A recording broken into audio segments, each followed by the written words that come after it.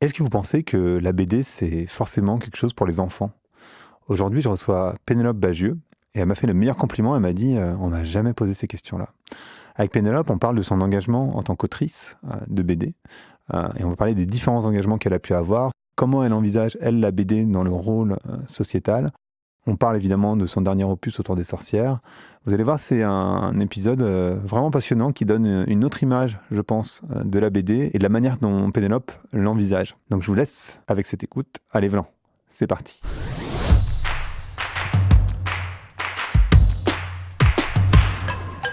Bonjour à toutes et à tous. Bonjour Pénélope. Bonjour. Donc on se connaît plus ou moins. On s'est croisés 1000 fois, mais on se connaît pas vraiment. Ouais. Je suis content de te recevoir parce qu'en fait, donc, malgré tout, même si on se connaît pas vraiment, on se connaît depuis un petit moment, donc je suis depuis un petit moment ce que tu fais. Et je sais que tu es hyper engagée en tant qu'illustratrice, dessinatrice. Et justement, moi, la question, en fait, la question que je me pose en ce moment, c'est comment on change de société, en fait. Et il y a plein de changements qui sont en cours, dont ceux pour lesquels tu te bats, en particulier le développement du féminin. Et par conséquent, je me pose la question du rôle de chacun, c'est-à-dire société civile, politique et entreprise. Moi, je te considère plus dans la société civile, c'est-à-dire comment tu fais bouger les lignes. Pour moi, la première fois où tu as fait vraiment bouger les lignes, c'est quand tu as fait ce dessin, ce thread sur la pêche profonde. Mm-hmm. Est-ce que toi, comment tu l'envisages de ton côté? Est-ce que c'est comme ça que tu as commencé cette partie un peu engagée ou tu avais commencé avant? Non, j'avais fait des choses avant, mais qui étaient peut-être moins visibles. La 2e ou 3e année de mon blog, j'avais monté une opération avec la Croix-Rouge. C'était une époque, c'est la grande époque des régies pub, ouais, où il y avait des pages d'affichage de pub, et je voyais à quel point c'était facile de faire du trafic avec de la BD. Et du coup, je m'étais dit, si vraiment on paye aux pages vues, si on met un annonceur dessus et qu'en face on met quelqu'un qui sait quoi faire avec de l'argent, ça devrait assez bien marcher. Et donc ouais, j'avais contacté Orange à l'époque et la Croix-Rouge pour les mettre ensemble, et je leur avais dit, moi je m'occupe de faire en sorte que les gens viennent. Donc j'avais demandé à tous les auteurs BD qui avaient des blogs BD qui marchaient bien à l'époque de faire des strips, il y en avait un par jour. Oh, wow. Et en échange, Orange s'engageait à nous acheter de l'espace pub qui filait directement à la Croix-Rouge au moment de Noël. Ah, génial. Voilà. Et c'est bien, ça m'a appris à me travailler avec des grosses entreprises et avec de l'humanitaire, et à me dire que c'était vraiment des deux côtés des gens avec qui je voulais plus jamais travailler. Mais ça a récolté beaucoup d'argent. Après, je me suis rendu compte, surtout plus sérieusement, que en fait, pour faire ce genre de choses, il fallait pas être une personne toute seule, qu'il fallait laisser... Voilà. Mais ça m'a appris, j'ai mis la main à la pâte de, ok, en fait, on peut mobiliser énormément de gens, ça peut représenter une vraie force. Et du coup, typiquement, pour cette histoire de chalutage en eau profonde, c'était une pétition qui plafonnait, qui n'arrivait pas à mobiliser les gens parce que c'est un sujet pas hyper sexy, pour lequel il faut lire beaucoup de choses et c'est très verbeux, quoi. Il y a beaucoup de chiffres. Donc un truc qui est parfait à faire en BD, exactement. Et du coup, je savais que ça allait ramener beaucoup de gens vite, que ce serait viral. Enfin, c'est un outil que je connais bien. Et du coup, ouais, on a pu mobiliser 1 million de gens pour signer la pétition. Donc, parce que c'est passé, enfin, si je me souviens bien, je me souviens plus en quelle année c'était, mais c'était 2008, 9, non, je sais pas. Plus tard. Moi, je dirais que c'était après 2010. Ah ouais. Donc, ça devait être 2012, 13. Ouais, 12, 13 déjà. Je pensais que c'était plus loin. J'ai eu la sensation qu'il y a eu énormément de reprises médias. Enfin, ça a fait vraiment pas mal parler en France, mais à l'étranger également. Enfin, c'était hyper fort, non? Et ce qui était intéressant, c'était que, comme toujours, ce qui intéressait les médias, c'était l'effet de buzz, pas du tout le fond. Ouais. C'était qu'ils disaient, ah ouais, bon, les poissons, on s'en branle. Mais du coup, énormément de retweets. Et donc après, je pense que l'autre partie du travail, quand on fait un truc comme ça, c'est de réussir à recanaliser les gens sur le sujet, à remettre le curseur des médias en disant, du coup, j'aimerais bien quand même que vous parliez du problème qui est que il faut faire passer une loi au Parlement européen, en fait. Mais ça s'est fait. Ah, ça s'est pas fait directement, parce que dans la série de toutes les leçons que ça m'apprend, toutes ces choses-là, j'ai aussi vu la limite du pouvoir populaire face au pouvoir politique. Vas-y, explique. C'est-à-dire qu'1 million de gens exigent quelque chose, et en face, les gens qui décident ont un autre agenda que faire ce que les gens veulent. Et donc, c'est le fameux vote où les gens avaient dit, on s'est trompé de bouton. Ils ont voté contre l'interdiction. Et quand après on leur a demandé des comptes en disant « Bonjour, hâte machin, vous êtes mon député, j'aimerais savoir pourquoi vous avez voté contre », et ils ont dit « On s'est trompé de bouton ». Ah bah bien sûr. Voilà. Mais bon, à l'origine de tout ça, l'activiste qui a créé tout ça, Claire Nouvian, qui après s'est illustrée un peu en politique, elle est très du genre, tu la chasses par la porte, elle revient par la fenêtre. Donc sa loi a fini par passer des années après. Et c'était entre-temps devenu un sujet qui était familier pour les gens. Ils disaient « Ah mais oui, j'avais vu une BD ». Je dis pas du tout que c'est moi qui ai fait tout ce truc-là, mais elle est partie d'un sujet qui était très important et qui était plutôt un sujet qui était entre les mains des scientifiques et des politiques. Et le fait que ce soit devenu quelque chose que tout le monde avait vaguement entendu parler, à l'origine de ça, le problème, c'était une chaîne de magasins. On va pas nommer. Tu peux nommer. Oh, ok, c'est Intermarché. Et voilà, qui pêchait ce poisson, qui était entièrement financé pour ça. Et en fait, les gens allaient dans les supermarchés et leur demander des comptes en direct à la caisse. C'est-à-dire, ils disaient, c'est un truc de franchisé, Intermarché. Ouais. Donc les franchisés disaient à leur direction, moi je veux pas savoir ce que c'est votre histoire, je m'en fous, mais vous réglez le problème, parce que les gens disent qu'ils veulent plus acheter de poisson chez nous. Et puis, au même moment, il y a Monoprix qui a commencé à faire toute une com en disant « Alors, en tout cas, nous, on n'utilise pas de poisson à chaluter en eau profonde. » C'est devenu un truc, quoi. D'accord. Et en fait, ça marche bien quand les gens exigent des choses en direct. Je pense que parfois, il faut même qu'ils court-circuitent le circuit politique puisqu'on en voit bien les limites. Ouais. Mais en tout cas, ce qui est sûr, c'est que quand beaucoup de gens ont décidé de mettre la misère à une marque ou d'exiger des choses, ça marche. Ça marche bien. Ouais, le pouvoir de la honte, ça marche bien. C'est pas une blague. Non, je sais que c'est pas une blague. Il y a un super bouquin qui s'appelle Shame, écrit par une scientifique américaine, qui parle du pouvoir de faire honte aux marques. Et qu'en fait, ça marche. Mais en fait, le truc, c'est que les consommateurs ne réalisent pas à quel point leur porte-monnaie est un outil de vote, je pense. Oui, bien sûr. Choisir juste de ne pas acheter un truc, c'est le pire qu'on puisse faire à une marque, en fait. Bah ouais, c'est ça. Non, mais clairement, si tu vas plus dans une... Enfin, par exemple, pour Intermarché, tu vas plus chez eux, ou tu n'achètes plus de poisson chez eux, bah concrètement, ils sont obligés de changer, quoi. C'est exactement ce qui s'est passé avec Yuka. Oui, c'est ça. C'est la même Le seul problème, c'est que c'est pas cette espèce de forme de clientélisme un peu militant, il peut pas s'appliquer à la politique. On peut pas dire, voilà comment on va vous punir de faire ce que vous faites en ce moment, on va pas voter pour vous, parce qu'après, on dit, mais du coup, on va voter pour qui ? Bah non, mais exactement. Et alors, donc, cette histoire de pêche en eau profonde, c'est toi qui as eu l'idée de soutenir ou c'est Claire qui est venue te chercher ? Non, j'ai vu Claire parler à un TED, un TEDx Paris. J'étais complètement galvanisée, je pense, comme tous les gens qui étaient dans la salle, parce que vraiment, c'est une femme qui... Enfin, c'est son super pouvoir, quoi. C'est qu'elle galvanise. Et je m'étais dit, putain, j'ai envie de raconter à tout le monde ce qu'elle a dit. C'était tellement fou, ça m'a tellement mis la rage. Mais... Comment je peux trouver le résumé de sa vidéo ? Comment je peux le partager ? Je sais que si j'envoie du texte aux gens, les gens ne le liront pas. Et du coup, je me suis dit, je vais lui demander la permission, si elle veut bien, de le mettre en image. Je vais reprendre juste ce qu'elle a dit. Je vais rien inventer. Et j'ai cherché à la contacter, mais c'était impossible. Il y avait un contact at Bloom, quoi. Donc, je dis ok, mais en même temps, je voulais pas qu'elle me dise non, quoi, et que je me retrouve avec un... Puis j'ai fini par obtenir son contact et je l'ai harcelé, en gros. Et je lui ai dit, si je reprends ce que vous avez dit, est-ce que vous m'autorisez à en faire une BD ? Est-ce que vous m'autorisez à la publier, à la partager sur les réseaux sociaux ? Croyez-moi, ça va être très partagé, j'en suis sûre. J'espère que vos serveurs, ils sont solides pour votre pétition, parce que c'est sûr que les gens... C'est incontestable. Ce qu'elle dit est incontestable. Ouais, c'est clair. Voilà. Et elle m'a dit, super, moi je sais pas, je tracte dans la rue avec du papier, alors je connais pas Internet, avec plaisir.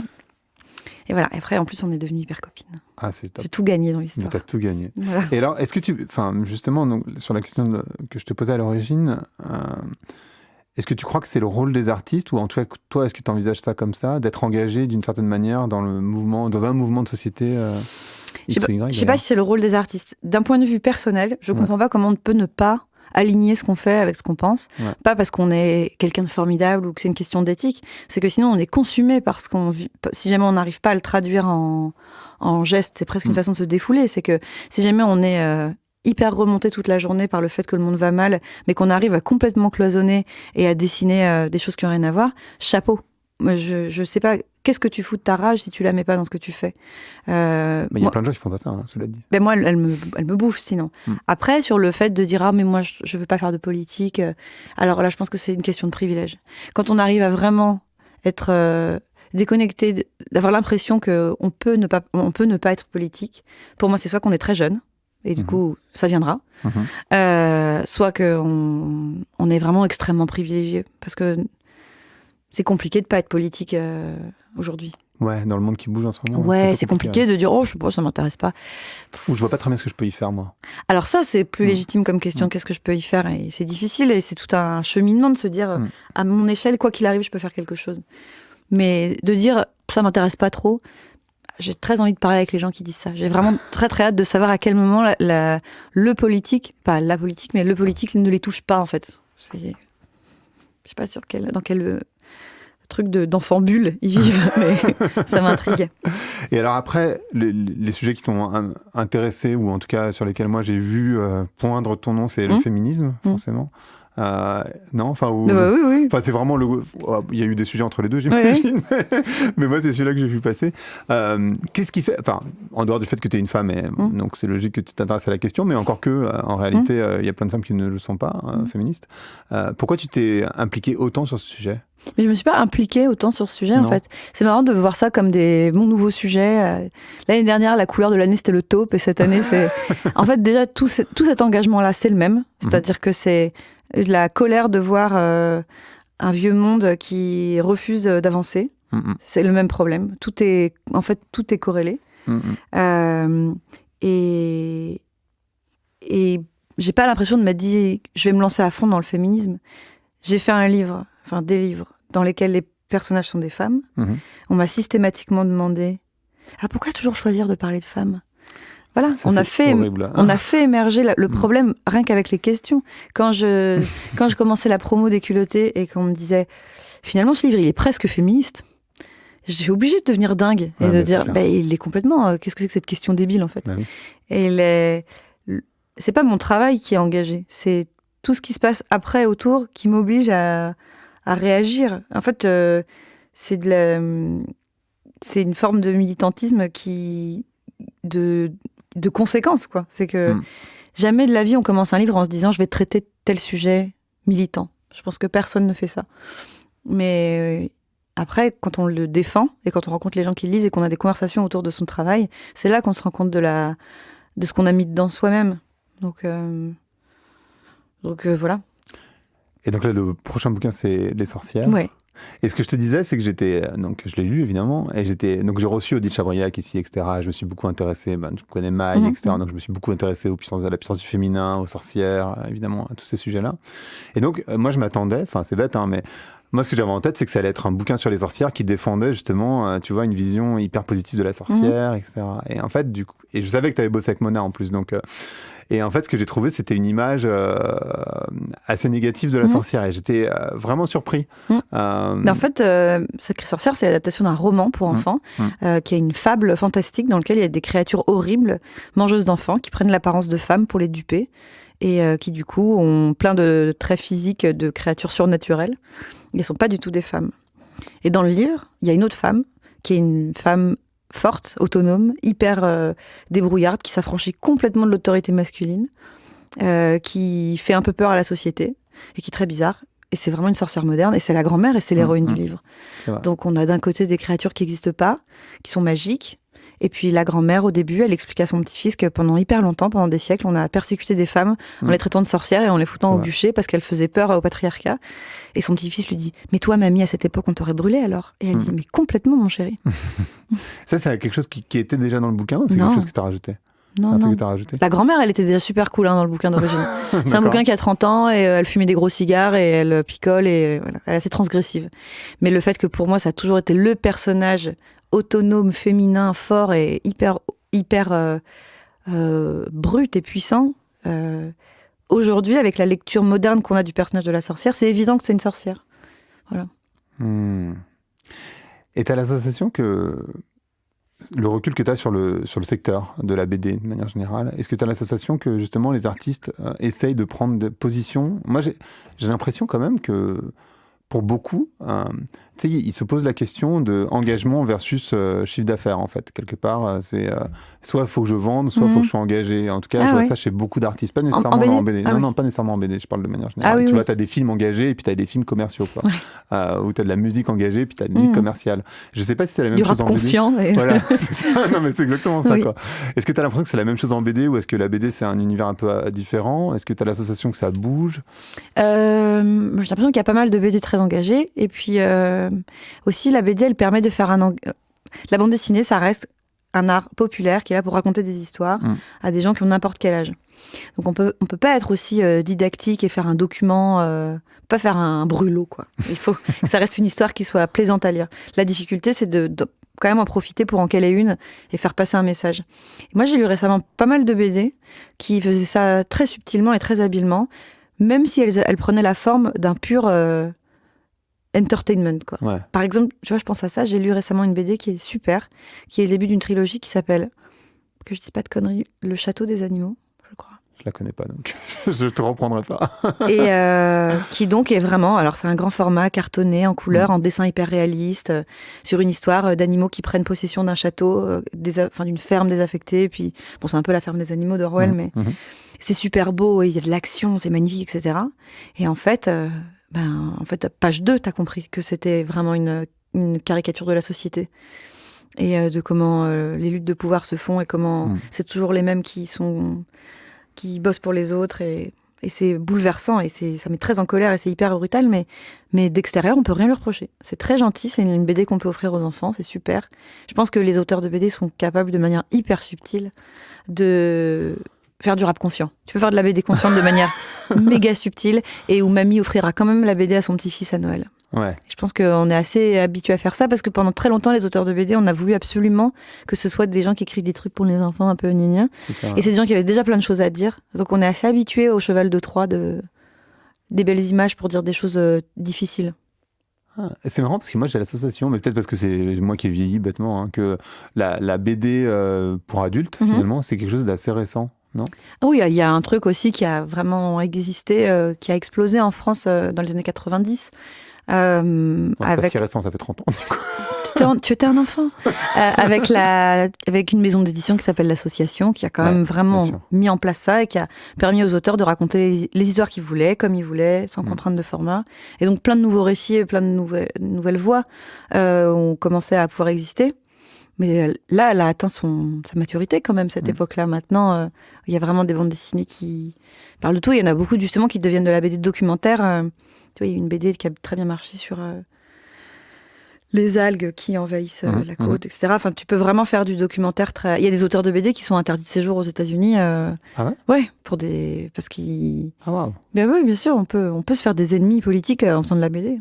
Je sais pas du tout. Mais si, on peut vivre sous protection policière grâce à des choses qu'on écrit dans les BD. C'est incroyable. Et moi j'ai l'association que exactement ce que tu disais, c'est-à-dire que la BD c'est un outil, on peut appeler ça comme ça, ou un média, je sais pas comment appeler ça, mais un média, hyper accessible, qui fait vraiment passer les idées de manière efficace. Un petit peu, tu vois, entre le documentaire vidéo et le texte. C'est-à-dire que le texte, bon, c'est un peu littéraire. La vidéo, parfois, c'est long et c'est rébarbatif. T'as vraiment le truc, c'est de l'infotainment, quoi. Je sais pas comment appeler ça, quoi. C'est horrible comme mot. Non, après, ce qui est dangereux, c'est de commencer à penser que et d'ailleurs, c'est normal, c'est un peu un écueil de ça, c'est se dire, on a un truc à expliquer aux gens, on va faire une petite BD. Typiquement, tu vois, j'en sais rien, on se dit on va expliquer aux gens que le SNU c'est super, on va leur faire une BD, tu vois. Faut quand même, c'est un art en fait. Je suis pas du tout en train de dire attention à la noblesse de la bande dessinée, mais ça c'est la garantie de faire une très mauvaise bande dessinée en fait. De se dire idéal comme moyen pour expliquer des choses compliquées, ça marche pas. En fait, il faut plutôt se demander ce qu'elle peut apporter qu'aucun autre média ne peut faire, notamment en possibilité de narration. Le fait de pouvoir avoir du silence, de pouvoir avoir des images muettes, ce qui est très compliqué autrement, de pouvoir avoir des changements de rythme. Moi, je prêche pour ma paroisse, mais c'est la meilleure façon de raconter une histoire aussi, dans le sens où tu n'as pas de limite de budget. C'est-à-dire que par rapport à un film, tu peux te dire une scène de foule, banco. Je vais la dessiner longtemps, mais ça va me prendre du temps. Mais ça coûte le même prix, en fait. J'ai aucune limite de moyens, à part comment je veux raconter mon histoire. Effets spéciaux. Effets spéciaux gratuits. Enfin, quand même, ça ferait rêver un réal de savoir tout ce qui n'est pas un problème quand on dessine. Mais donc, c'est surtout... on peut mieux raconter certaines choses en BD et pas juste « Ah, ça permet de montrer des choses qui sont difficiles ». Je pense que... Attention à la BD fourre-tout pour être pédagogue et pour se dire c'est bien, on a à la fois le texte et l'image, quoi. Ouais, je vois ce que tu veux dire. Les marques ont essayé d'aller là-dedans à un moment donné. Pas mal, il me semble. Voilà. Après, ils se sont rabattus sur les youtubeurs qui font des vidéos plutôt. N'est-ce pas ? Et puis maintenant, ils vont sur le podcast. Voilà, c'est ça. C'est un petit cycle comme ça. Ouais. Le cycle de la tendance. Comment tu envisages la suite, enfin pas la suite, là, j'imagine que tu as d'autres idées en tête et que tu as d'autres combats à mener, non? T'as pas d'autres combats à mener? Ah bah si, toujours, mais j'ai pas d'idée, non. Non, mais pas d'idée forcément, tu es en pleine promo d'un bouquin, donc tu vas pas commencer à réfléchir à autre chose, mais pour toi, non, peut-être une autre question d'ailleurs, c'est peut-être plus intéressant. C'est, tu disais finalement la BD, ça peut pas servir tous les propos. Il faut voir où est-ce que ça sert vraiment, etc. Est-ce que tu penses que ça peut servir n'importe quel sujet, mais traité de manière différente, ou est-ce qu'il y a des sujets qui s'y prêtent plus? Non, je pense que ça peut, je sais pas si ça le sert le sujet, mais ça permet de raconter tout. Ça, j'en suis sûre. Et tous les niveaux de gravité, et s'adresser à plein de gens. Et après, effectivement, la difficulté, mais c'est aussi le défi qui est chouette pour un auteur, c'est de se demander comment le raconter. Qu'est-ce qu'on va montrer, qu'est-ce qu'on va pas montrer. En BD, il y a un truc qui est hyper important, c'est l'ellipse de ce qui se passe entre deux dessins. C'est-à-dire que tu montres deux choses, mais la chose la plus importante, c'est ce que le lecteur va devoir imaginer qui s'est passé entre deux cases, typiquement. Parce que tu peux pas tout lui dire. Voilà. Et donc c'est à lui de raccorder les points et d'imaginer tout ce qui s'est passé entre deux cases.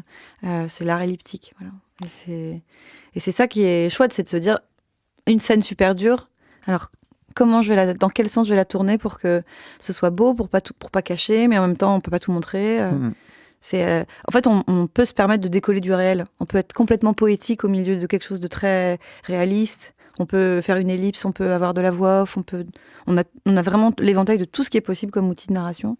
Donc on peut tout raconter. Après, ce qui est dur, c'est de trouver comment. Ouais, forcément. Et justement, toi, tu bosses comment? Tu écris, tu dessines, ou tu bosses avec une rédactrice? Non, j'écris. T'écris aussi. Avant, tu faisais ça aussi? Je pensais que tu avais une rédactrice avant, c'est marrant. J'étais convaincu. Non. Et c'est parce que c'est deux métiers qui sont assez différents finalement, non? Pas tant. En fait, c'est-à-dire que tu cloisonnes pas écriture et dessin quand tu fais de la bande dessinée, tu penses une mise en scène dans ta tête, et après tu te dis, telle scène, il va y avoir une partie qui va être dite et une partie qui va être vue, et à moi de mélanger les deux. Je connais pas beaucoup d'auteurs et d'autrices de BD qui pensent réellement texte et image. Je pense que tout le monde pense mise en scène, et se dit après, ok, donc il ouvre la porte, il dit bah, enfin tu penses tu penses à comment la scène a lieu, et moi j'écris avant, pour avoir l'ossature vraiment de l'histoire et être sûr que j'ai bien ma fin, etc. Mais après, quasiment tout de suite, quand je dis que je suis en train d'écrire ma BD, en fait, je suis en train de la dessiner. Ouais. C'est à ce moment-là que tout se met en place. C'est pas un texte. En fait, c'est pas un texte illustré. C'est vraiment une mise en scène. Et les gens qui arrivent à avoir un super binôme scénariste-dessinateur, en fait, ils se voient tout le temps. Ils bossent ensemble. Ils reçoivent pas un fichier doc avec le texte et c'est parti, quoi. Donc quand tu le fais toi-même, c'est encore plus simple. Vous êtes deux dans ta tête, hop, la conversation est encore plus facile à avoir. Donc, ça peut être difficile de temps en temps. Ça rend un peu fou. Et pour les gens qui lisent pas de BD, parce qu'il doit y en avoir quand même plein parmi les gens qui écoutent, il y a une typologie des personnes qui lisent des BD ou pas? Parce que, est-ce qu'on t'a déjà posé cette question? Non, mais je sais pas, je me suis jamais vraiment posé la question, mais tant que je suis face de toi, je me dis... Ouais, j'ai envie de te répondre un truc un peu nul et creux, du genre, il y a autant de lecteurs qu'il y a de BD. Mais ce serait pas complètement faux, en fait, parce que il y a les vieux collectionneurs, hein, mine de rien. Alors, ils collectionnent pas toujours, mais c'est des gens qui ont une espèce de nostalgie de leur enfance et qui font vivre à l'âge adulte leur passion d'enfant. Donc, ils continuent à avoir les yeux qui pétillent en te racontant leur premier tunique bleue, tu vois. Bon. Il y a les gens qui se défendent de lire de la BD. Ils disent alors moi, je lis pas du tout de BD, mais j'ai adoré ça, et ça, génial aussi. Voilà, parce que dans leur tête, c'est toujours un peu compliqué de se dire qu'ils en lisent. Je sais pas. Moi, je suis une lectrice assez compulsive, mais tardive. J'ai commencé à en lire tard. D'accord. Et je me suis rattrapée après. Tu lisais après. Plutôt des romans? Je lisais d'abord pas. D'accord. Pendant longtemps. Ouais. Et après des romans. Et après, très tard, adulte, j'ai commencé à lire de la BD. Et puis je me suis dit, oh là là. Maintenant, je vais lire plus que ça. Je fais le vœu de ne plus lire un livre sans images. Ah, c'est vrai? Non, c'est pas vrai. Mais j'en lis vraiment quand même beaucoup. Et c'est parce que j'ai été bien conseillée et que je suis tombée sur des libraires super, qui ont vraiment passé du temps à me dire que c'était pas... On peut pas entendre la phrase je sais pas, moi j'aime pas la BD. Ils m'ont dit non, ça a été mal conseillé, c'est tout. Tu peux pas dire que t'aimes pas la BD, ça n'a pas de sens. C'est comme de dire j'aime pas qu'on me raconte des histoires. C'est pas trop mon truc. C'est pas vrai, t'es juste tombé sur les mauvaises BD. Enfin, pas les mauvaises, mais qui te conviennent pas, quoi. De la même manière que les films. Ouais, bien sûr. Mais c'est parce qu'il y a sans doute, pas chez moi évidemment, mais ce jugement qui est non, mais la BD c'est pour les enfants, en fait, ça peut pas être pour les adultes. 95% de la Terre pense ça, ouais, ça. Ah, c'est vrai? Oui, toujours. Ah, waouh. Ah bah oui, tu sais, on a toujours les petits, le commentaire qui se veut gentil, mais qui est quand même très révélateur de « Attends, mais moi, la BD, je trouve ça super. Et puis si ça peut en plus amener les enfants à la lecture, et comme ça, après, ils lisent des vrais livres. Non. Mais ça, on l'entend tout le temps. Ah, sérieux? Bah oui, quel merveilleux moyen de mettre les enfants à la lecture. Ça, c'est quand même incroyable. Ah ouais. Oui. Mais bon, c'est normal, il y a des images, c'est beau. Donc beau égale... quand quelque chose est beau ou ludique, on peut pas se dire que ça peut être pour les adultes, parce que les adultes, ils sont pas censés aimer les choses belles et ludiques, ils sont censés aimer les trucs sérieux et durs et austères. Et on peut pas avoir encore cette part d'amour des belles choses et des belles images et des belles histoires adultes, sinon ça veut dire qu'on n'est pas sérieux. C'est marrant parce que moi j'ai la même réflexion sur mon podcast où tu sais, enfin j'essaye de traiter de sujets plutôt sérieux, mais tu vois de manière accessible. Enfin, moi je trouve que l'intelligence, je me dis pas ça, mais en tout cas la culture, elle a pas besoin d'être chiante en fait. Enfin, tu peux avoir une discussion très intéressante de manière relaxe, c'est cool, et tu vois ce qu'on est en train de faire. T'as pas besoin que ça soit compliqué avec, tu vois, verbieux, machin. Ce qui est souvent le cas en fait. Tu vois, il y a des gens que j'ai reçus ici où j'ai regardé des interviews d'eux, c'était chiant. Franchement, c'était hyper pénible. Mais c'est parce qu'en fait, les questions étaient chiantes aussi, quoi. C'est-à-dire que, et du coup, je crois que il y a vraiment ce truc autour de la culture où, c'est peut-être français, j'en sais rien, mais où tu sais, t'as besoin que ça soit un peu chiant. Parce que sinon, c'est pas vraiment sérieux. Et parce que aussi, je pense que sinon, ça devient un peu trop accessible à tout le monde et que c'est pas ce qu'on veut. On n'a pas forcément envie que la culture soit grand public. Tu crois? Je crois qu'il n'y a pas de volonté vraiment publique forte de faire que la culture soit accessible. Je vais pas toujours prendre cet exemple-là, mais pour les gens qui ont voyagé un peu et qui ont vu ne serait-ce qu'un musée en Angleterre, la population a quand même rien à voir avec un musée en France. C'est clair. C'est blindé d'enfants dans tous les sens. Et il y a des gens pour qui c'est une sortie du dimanche, on sait pas quoi foutre, on va au musée. Il y a de la mixité.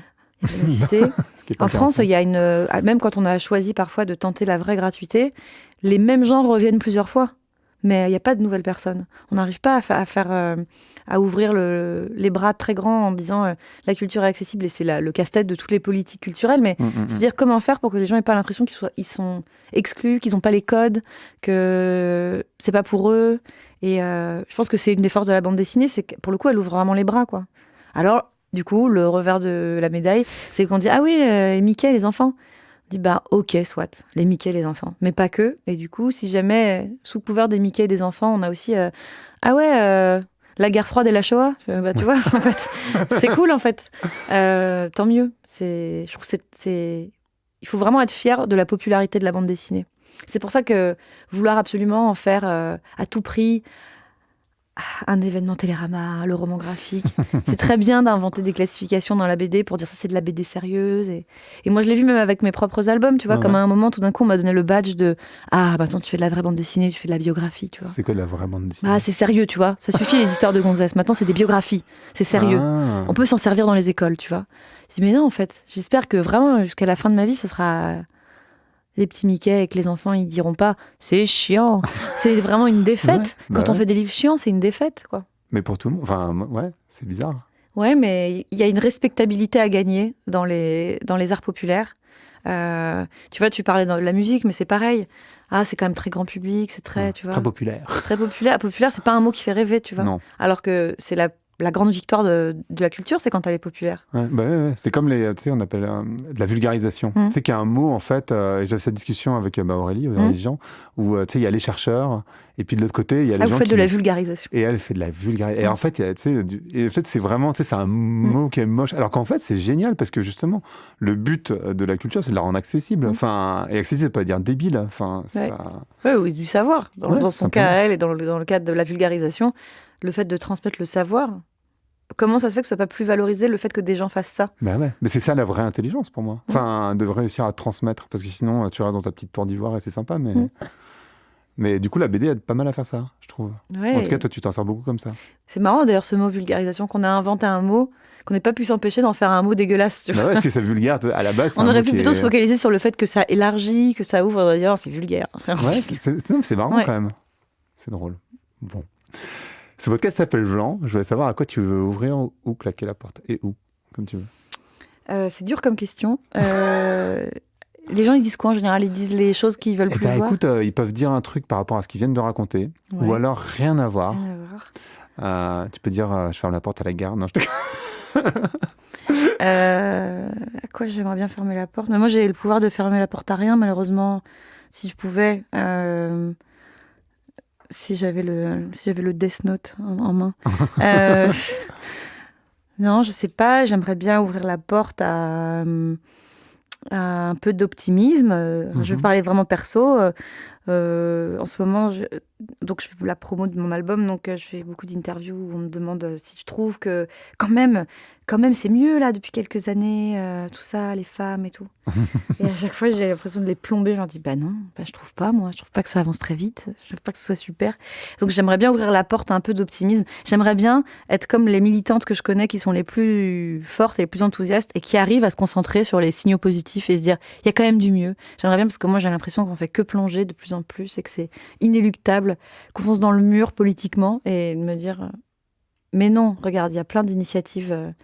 Toi, tu dois en voir plein du coup avec ce podcast. Ouais. Tu dois avoir plein de gens qui te donnent des raisons de penser que on va pas dans le mur. Positif. C'est vrai, génial. Fais-moi des stages. On peut en discuter. S'il te plaît, envoie-moi des mémos. J'aimerais bien ouvrir la porte à y croire un peu plus là. Ok, on en reparle. Ok. Merci beaucoup, Pénélope. Merci d'avoir écouté Vlan. Si vous avez aimé l'émission, n'hésitez pas à mettre des étoiles sur votre plateforme de podcast préférée.